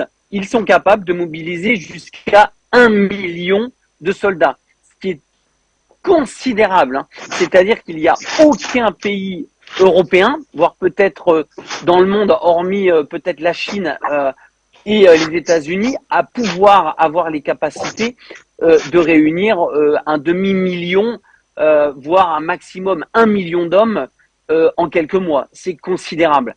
C'est-à-dire que déjà avec ces renforts que je vous avais annoncés il y a quelques semaines, qui sont en train d'être positionnés sur les lignes de front justement pour le printemps, en plus de cela, donc il y a un nouveau regroupement militaire donc de 500 000, un demi-million, ce qui est énorme.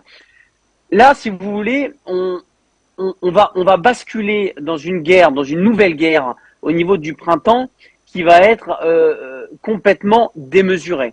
C'est-à-dire que on va avoir, si vous prenez donc les 500 000 hommes plus les hommes qu'il y a déjà actuellement et ceux qui sont mis en place, on va être entre 800 et 900 000 hommes russes. On est presque sur 1 million d'hommes, ce qui est un chiffre considérable. On n'a jamais entendu des chiffres pareils depuis la Seconde Guerre mondiale. Comment va réagir l'Ukraine?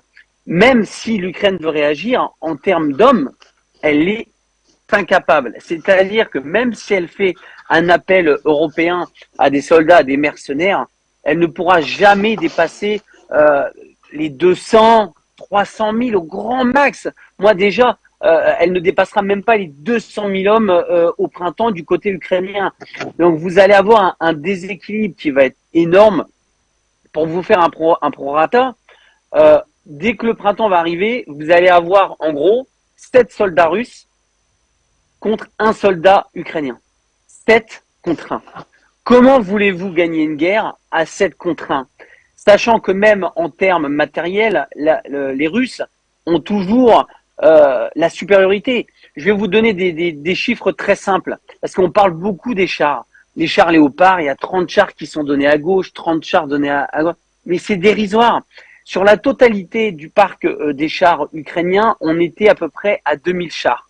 Il y a à peu près plus de la moitié ont été brûlés. Donc on a estimé qu'ils auraient encore entre 700 et 1000 chars. Vous savez combien les Russes disposent encore de chars? Plus de 11 000 chars. Donc encore une fois, vous avez d'un côté russe 11 000 chars à disposition contre même pas 1000 chars du côté ukrainien. Quand je parle des 1000 chars du côté ukrainien, dedans, il y a bien sûr les chars occidentaux, les chars léopards, voilà tout ce qui a été donné. Donc, ça encore une fois, les médias occidentaux n'en parlent pas exprès pour pas montrer les chiffres réels, mais les chiffres réels, c'est ça. On a plus de 12 000 chars côté russe, on a moins de 1000 chars côté ukrainien. Avec ce nouveau, justement, cette nouvelle mobilisation de 500 000 hommes, on va toucher pas loin du million d'hommes contre même pas 200 000 hommes. Donc encore une fois, on va être à 7 soldats russes contre un soldat ukrainien. C'est là où je vous dis que cette guerre qui arrive au printemps va être terrible. Pas terrible pour les Russes, va être terrible pour les Ukrainiens. Quel militaire dans le monde entier veut combattre avec une équivalence de 7 contre 1? Moi, personnellement, je connais aucun militaire dans le monde qui voudrait faire une guerre et combattre un combat avec une supériorité numérique qui est x7, x8. C'est-à-dire que vous allez à la mort assurée. C'est-à-dire que quand vous avez en face un ennemi qui est équipé au niveau matériel plus de 11 fois supérieur, qui est équipé à plus de 8 fois supérieur en termes d'humains, c'est en fait, excusez-moi du terme, c'est une mort assurée. Vous allez à la mort assurément. Donc, malheureusement, Moscou l'avait assuré, l'avait prévenu depuis quelques mois qu'au printemps, l'armée russe allait mettre les moyens pour terminer ou du moindre contraindre le régime de Kiev à recommencer les pourparlers, parce que il ne faut pas oublier, et je le répète, au jour d'aujourd'hui, c'est le régime de Kiev qui refuse les pourparlers avec la Russie. Je répète encore, il y a 3 semaines, le président Zelensky a précisé qu'il ne voulait pas pourparler et a précisé mot pour mot que la guerre ne pouvait être gagnée que par voie militaire. Ce sont les mots de Zelensky. Et vous avez la voix de Vladimir Poutine qui est toujours ouvert au jour d'aujourd'hui à la voie diplomatique et à la discussion pour trouver des solutions. Et ça, encore une fois, il faut le dire, il faut le montrer. Nous avons la Russie qui est ouverte à la discussion pour trouver des solutions. Et encore une fois, vous avez le régime de Kiev qui refuse les discussions et qui continue, donc du coup, ces massacres, ces crimes de guerre dans le Donbass et qui continue à envoyer des soldats, excusez-moi, au casse-pipe complètement, alors qu'il pourrait reprendre les discussions avec Moscou et trouver une solution pour trouver des accords et arrêter cette guerre. Vous le savez, moi-même, je veux que cette guerre s'arrête le plus rapidement possible. Ça fait 8 mois que je suis ici. Ici, c'est un enfer. Des femmes, des enfants meurent tous les jours dans le Donbass. Tous les jours. Il faut que ça s'arrête. Ça ne peut pas continuer. Il y a aussi des morts du côté ukrainien. Je ne le nie pas. Je ne l'ai jamais nié. Pour des deux côtés, il faut que cette guerre s'arrête. Mais comment voulez-vous arrêter cette guerre si vous avez un pays, qui est en l'occurrence le régime de Kiev, qui refuse de discuter et de trouver des solutions. Voilà le problème général aujourd'hui. Donc malheureusement, le régime de Kiev aujourd'hui prend un énorme coup de massue avec cette mobilisation de ces 500 000 hommes. Il faut être réaliste. 500 000 hommes plus qu'il y a là, comme je vous l'ai dit, on se rapproche aux millions. Je vous laisse regarder les statistiques sur Internet par rapport au nombre de soldats ukrainiens. C'est dérisoire. C'est-à-dire que là, on va arriver dans une guerre qui va être terrible au printemps. Je vous le dis déjà depuis 2 mois. Et là, en plus, avec une mobilisation matérielle, terrestre, etc., qui va être dérisoire. Cette guerre au printemps va être horrible pour l'armée ukrainienne et pour les villes et villages ukrainiennes, parce que vous savez aussi que l'armée russe va utiliser, comme je vous l'avais dit, des bombes qui vont être beaucoup plus importantes que maintenant. Il faut préciser que la Russie est sur la retenue depuis des mois, et je le précise. Vous le savez, la Russie aurait pu avoir les moyens de raser l'Ukraine depuis bien longtemps, de raser certaines villes, et même Kiev s'ils le voulaient, ils ne l'ont pas fait. Moscou est sur la réserve. Malheureusement, je pense qu'à partir du printemps, Moscou va ouvrir les vannes, c'est-à-dire que ils vont être beaucoup moins sur la réserve et les combats vont être intenses, terribles, meurtrières, et ça va être un vrai carnage. Vous savez, on est déjà au mois de février, les températures commencent déjà à remonter par rapport à l'année dernière. Février, moi je pense qu'à partir de mi-mars, c'est-à-dire qu'on est à un mois et demi, alors je vais plutôt parler 1 mois et demi, on est à 6 semaines du début d'une guerre qui va être totale au niveau du Donbass. Merci Adrien pour toutes ces informations. Alors Gamal Abinan, selon vous, quels pourraient être les possibles enjeux de cette mobilisation et peut-être de ce tournant décisif? Quels pourraient être les enjeux? Ça va être simple, c'est que l'objectif c'est de frapper un coup très fort pour contraindre, effectivement, c'est bien d'être dit à l'instant par Adrien, contraindre la partie ukrainienne à négocier. Alors ils vont frapper très fort pour 2 raisons. La première pour la négociation évidemment, mais la seconde surtout c'est pour montrer que les Russes sont très loin de ce qu'on a annoncé en fin de course, avec peu d'armement, pas de capacité offensive, toutes ces espèces de plaisanteries permanentes qu'on nous annonce d'un pays qui est quand même exportateur d'armes, je le rappelle. Et donc oui, l'objectif c'est de frapper un coup très puissant. Une fois que le choc sera encaissé, évidemment, les Ukrainiens vont commencer à réfléchir. Alors je parle pas de Zelensky parce que Zelensky c'est une sorte de marionnette qui n'est pas très sérieux en vérité. Quand on connaît le parcours du personnage, on se pose des questions. Non, la question qui va se poser, c'est de savoir est-ce qu'effectivement, une fois qu'on prend un coup violent, l'Ukraine n'a pas intérêt à négocier pour réduire le maximum la perte. Parce que si jamais les Russes poussent leur avantage jusqu'à Kiev, là, c'est catastrophique. Et malheureusement, ça va se traduire par des millions de morts. Si jamais on va jusqu'au bout de la logique, pour l'instant, on est sur des milliers, effectivement. Mais pousser comme ça à l'extrême, ça risque d'aller très loin. Et de l'autre côté, on se rend bien compte que du côté occidental, il y a quelques généraux américains, par exemple, qui commencent à dire que la guerre n'est pas gagnable, il va falloir envisager peut-être de renégocier. Et en même temps, la partie américaine, ça l'arrange. Ça justifie des budgets militaires pharaoniques. Ça justifie aussi de vendre des armes aux Allemands, 100 milliards quand même de budget allemand. Ça justifie que M. Macron propose de faire un accroissement des capacités militaires offensives françaises à 400 millions d'euros sur 4 ans.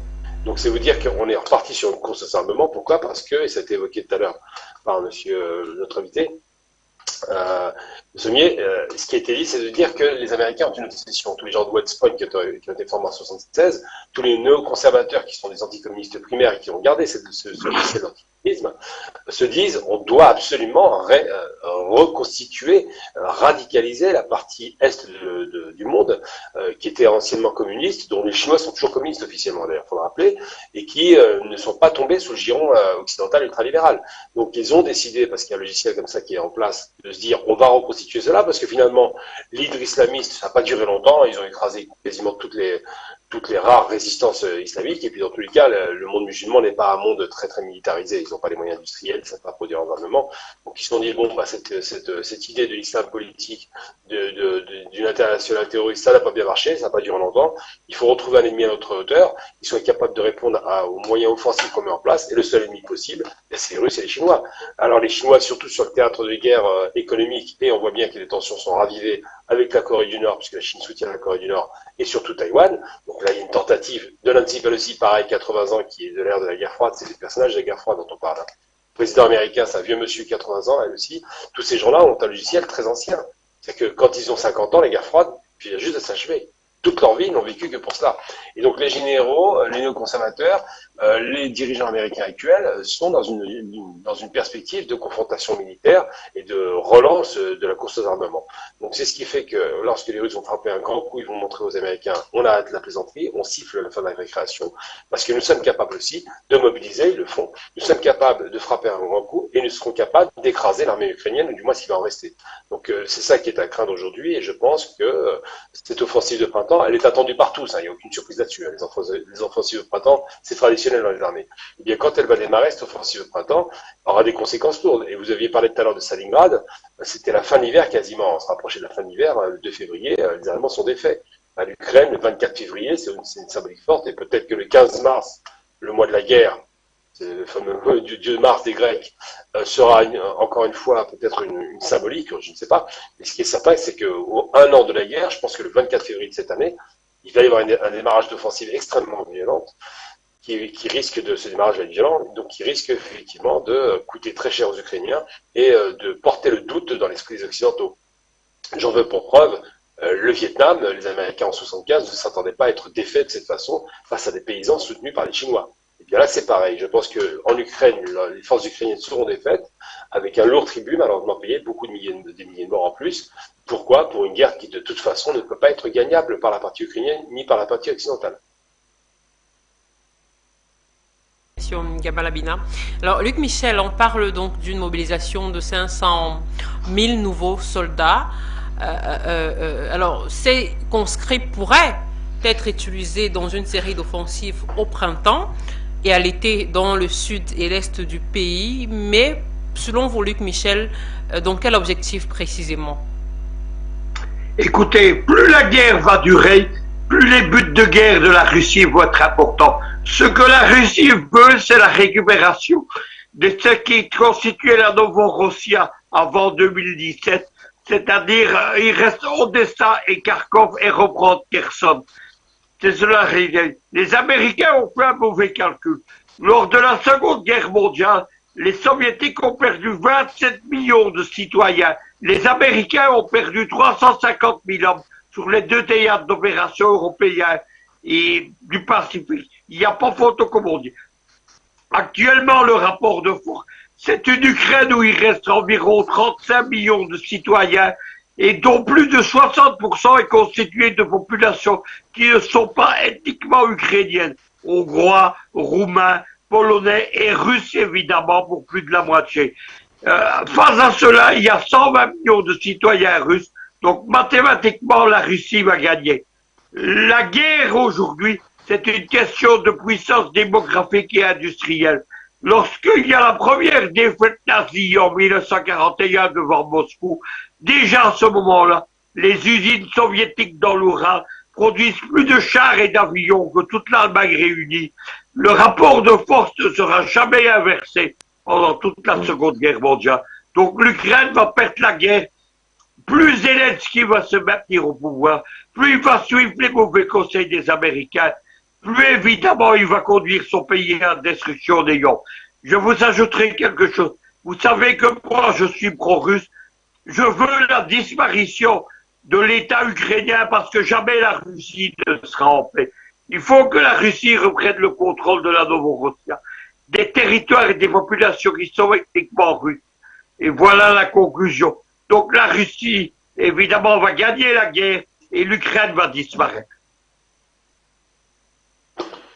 Conclusion, j'allais justement vous passer la parole, chers invités, pour votre conclusion concernant ce sujet également. On va commencer avec vous, Adrien Bocquet. Alors, un mot de fin pour sortir concernant cette thématique. Bien sûr. Juste petite précision, c'est dommage que Régis Le Sommier est parti. Je voulais juste lui préciser, bon, il ne pouvait pas le savoir, quand il dit qu'il n'a pas été témoin d'armes occidentales, s'il en a été, mais malheureusement, il n'avait pas les moyens de le voir. Pourquoi je vous dis ça? Il a été dit lui-même qu'il recevait énormément d'obus au niveau de l'artillerie, etc., au niveau de la ligne de front, etc., ce qui est logique. À savoir que 75% des obus utilisés par l'armée ukrainienne sont des obus de fabrication américaine et occidentale, de 155 mm ou 122 mm. Mais effectivement, Régis Le Sommier ne pouvait pas analyser les morceaux sur place vu qu'il était bombardé. C'était juste pour cette petite précision. Deuxième petite précision, je pense que je vous l'avais déjà montré. Je ne sais pas si vous voyez, donc c'est l'unité des vétérans. La fameuse unité que Régis Le Sommier vous a parlé tout à l'heure. Bon, il n'est pas là, je pense qu'il regardera le replay. Je travaille avec cette unité depuis 3 mois. Et je voulais lui dire que justement, j'étais au courant et j'ai participé à sécuriser les 10 jours où il était là sur place, comme je l'avais dit la dernière fois. Bon, il était pas au courant, mais il va l'apprendre maintenant. Donc c'est l'unité, c'est une unité spéciale, ce qu'on appelle les vétérans de Poutine. Je sais pas si vous voyez bien, qui est une unité très spéciale. Régis Le Sommier donc a passé 10 jours avec les soldats justement de cette unité que je connais très très bien. Donc je sais très très bien ce qui s'est passé. C'est pour ça que je lui ai posé les questions par rapport à ça. Mais voilà. Deuxième chose, et je vais me permettre donc du coup de parler pour lui. Régis Le Sommier sort donc du coup un reportage là dans quelques jours. J'invite tout le monde à aller regarder parce que c'est l'un des rares reportages, on va dire du côté russe, d'accord. Même s'il y a certaines choses où je ne suis pas d'accord avec Régis Le Sommier. Régis Le Sommier reste quand même un reporter de guerre, un très bon reporter de guerre mondial. J'espère qu'il regardera ce que je suis en train de dire. Et effectivement, il a passé donc 10 jours avec une unité très secrète, très rare, que vous pourrez découvrir.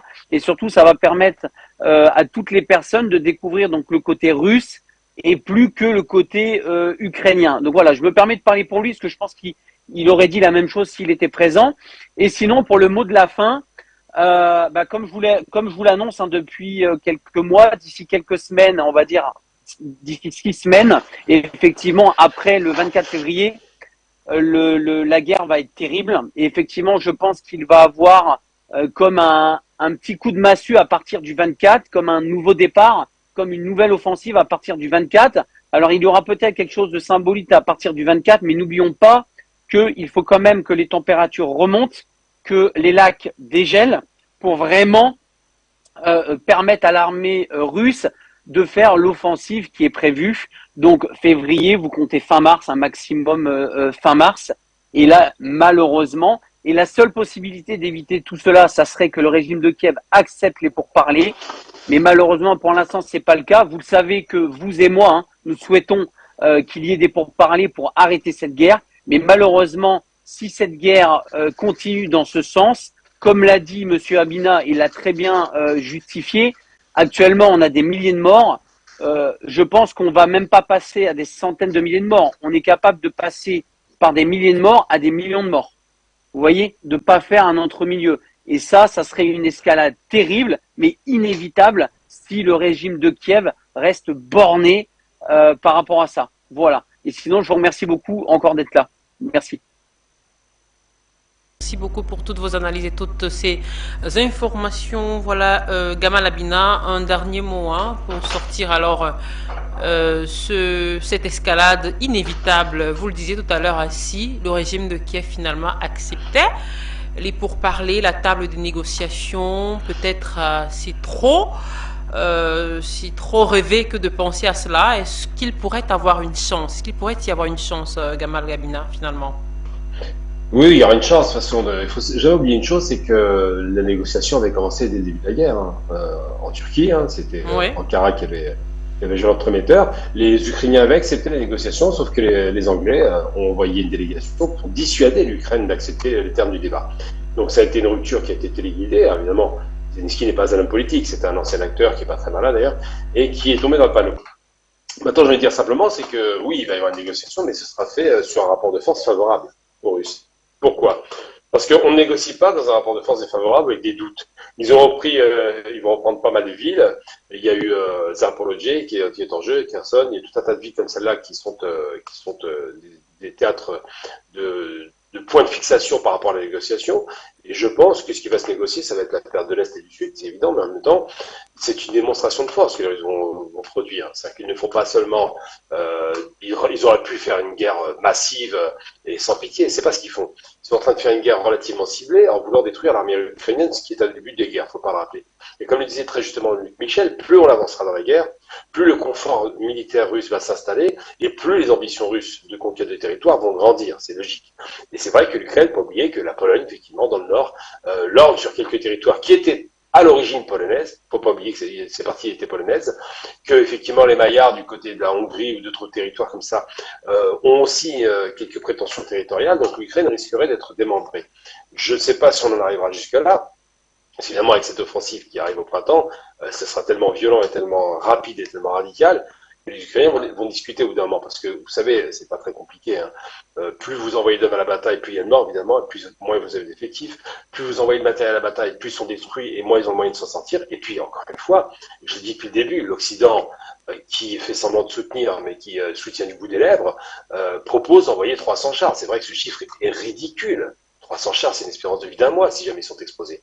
Donc j'espère effectivement que cette offensive donnera lieu, j'espère vraiment qu'elle donnera lieu à une négociation directe et qu'on sorte de ce conflit.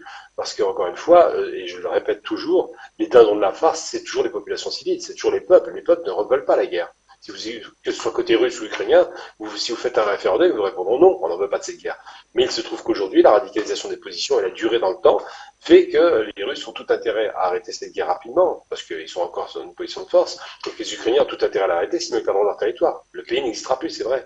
Et dernière chose importante, la guerre économique a été un échec pour l'Occident, et là, ils vont devoir montrer la guerre militaire, donc équipée du matériel de haute technologie des Ukrainiens, qui sera peut-être pas le mieux venu. Aujourd'hui, on est revenu sur une guerre du XXe siècle, la vieille guerre du XXe siècle, avec la massification des bombardements, la massification de l'utilisation des chars et des avions, mais on n'a pas besoin de haute technologie pour en finir avec une armée, et on se souvient, c'était dit tout à l'heure par Michel très justement, les Allemands avaient les meilleurs Panzer au monde, ça n'a pas empêché les Russes de les écraser, puisque le nombre l'emportait du côté russe. Le rapport de force a toujours été de 1 pour 10, les Allemands ont été prétentieux, ont cru y arriver avec un rapport de force ultra technologique, parce qu'ils étaient les plus avancés sur un plan technologique, ça ne les a pas empêchés de s'effondrer jusqu'à Berlin. Donc c'est ce qui risque de se produire aujourd'hui. Je pense qu'on n'ira pas aussi loin, il y aura forcément un arrêt à un moment donné. Mais c'est vrai qu'aujourd'hui, on peut espérer que cette guerre s'arrête au premier semestre du printemps. Merci beaucoup pour toutes ces analyses et explications. Luc Michel, on sort avec vous. Écoutez, la guerre est une stratégie, mais moi je ne crois pas que la solution c'est dans des négociations. La solution c'est devant une défaite militaire absolue de Kiev. Ça fait 8 ans que le régime de Kiev sert de plateforme d'agression contre la Russie. Lorsque Poutine a déclenché l'opération spéciale en février 2022, les Ukrainiens développaient des armes nucléaires et bactériologiques et biologiques dans des laboratoires secrets. Il faut désamorcer le danger ukrainien. Et évidemment, ça suppose une victoire militaire totale. Vous savez, en 1945, on n'a pas négocié avec Adolf Hitler, on a pris Berlin. C'est cela dont on se souvient à Moscou et dont on doit se souvenir. On fait la victoire de Stalingrad, il faut péter la victoire de Berlin en 1945. Luc Michel, merci Gamal Abina, Adrien Bocquet, Régis Le Sommier, merci à tous les quatre d'avoir davantage éclairé notre lanterne concernant ces questions hautement géopolitiques ce matin dans le cadre de l'émission Géopolitique Internationale. Régis Le Sommier, grand reporter, directeur de Ormita, Adrien Bocquet, journaliste de guerre, Gamal Abina, internationaliste, analyste des questions internationales, Luc Michel, géopoliticien, merci une fois de plus, chers messieurs. Merci à vous, fidèles téléspectateurs, pour votre bien aimable attention. Merci de nous avoir suivis de bout en bout. Merci également à toute l'équipe technique de ce matin, notre réalisateur Nathan Daye et surtout à toute la rédaction d'Afrique Média. Portez-vous bien. Au revoir.